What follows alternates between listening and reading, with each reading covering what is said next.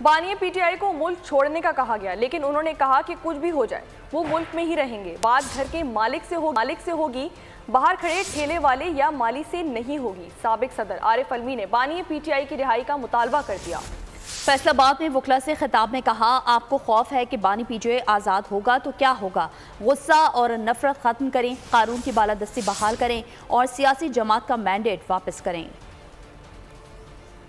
को भी ये ऑफर दी गई कि या तुम शहर छोड़ो, तो इमरान खान ने कहा कि मैं मर जाऊंगा, पाकिस्तान नहीं छोड़ूंगा। मैं अगर कोई घर के लिए बात करने जाऊं तो किससे बात? घर के मालिक को तलाश करूंगा, घर में जो रह रहा है उसकी बात करूंगा। अगर चौकीदार कहता है कि मैं घर का मालिक बन गया हूं तो उससे बात करूंगा। मैं बाली से तो बात नहीं करूंगा। बाहर जो खड़ा हुआ है ठेले वाला, उससे थोड़ी बात करूंगा। ये जो फॉर्म 45 वाले हैं, ये 47 वाले हैं, ये तो ठेले वाले भी नहीं। मेरा मुल्क है, मैं फिर भी कहूंगा वाहिद रास्ता मेरा मुल्क है ना। जो घर में कब्जा किए बैठा हो उसको तो जरूरत ही नहीं आपसे बात करने, मगर जिसका घर होगा वो हर दरवाजा खटखटाएगा, क्योंकि मेरा घर है, मैं तो हर दरवाजा खटखटाऊंगा।